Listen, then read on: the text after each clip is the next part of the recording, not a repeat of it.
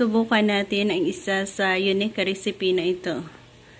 So, yan. Meron tayong ganyan. Anong tawag niyo yan sa inyo? Yan. And then, i-blanch natin yan sa mainit na tubig. Meron na tayo ditong mainit na tubig. Yan. I-off natin. Dahil kumulo na. Blanch lang ang ating gagawin dyan. Yan.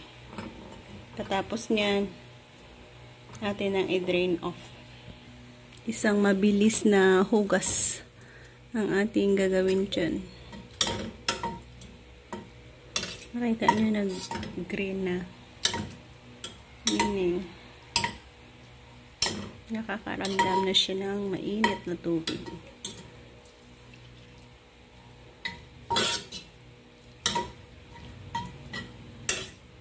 Yan.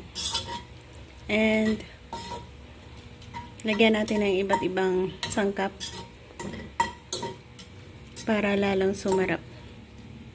So, blanch ang ating ginawa dyan. And then, drain off.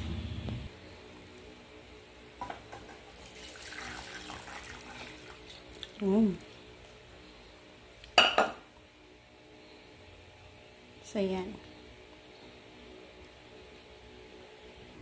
Ito na natin i-add ang tinadtad na luya. Next, ang kamatis.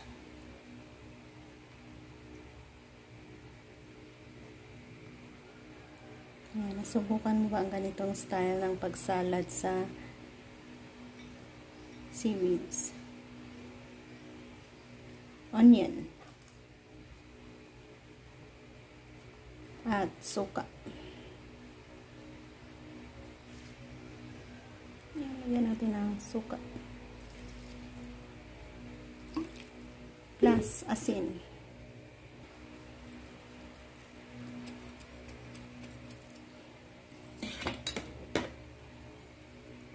So, kung isa ka sa kumakain nito, I'm sure nagustuhan mo ang ating pamamaraan dahil basic lang naman yan eh.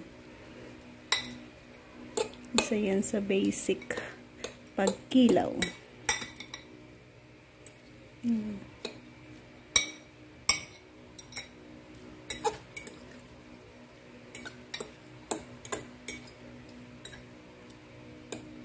Subukan niya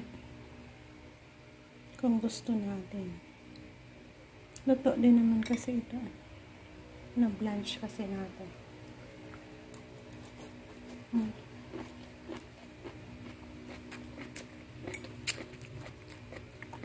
Crunchy.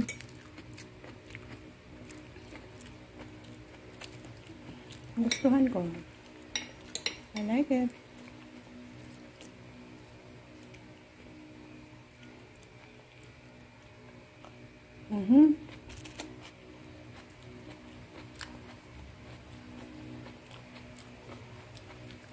Super basic lang ito. Ayan, thank you again for joining me sa ating kinilaw na seaweeds. Seaweeds ba ito? Lato-lato. Ano yung tawag niyo dyan sa inyo? So, bye-bye and thank you again. Ayan, oh.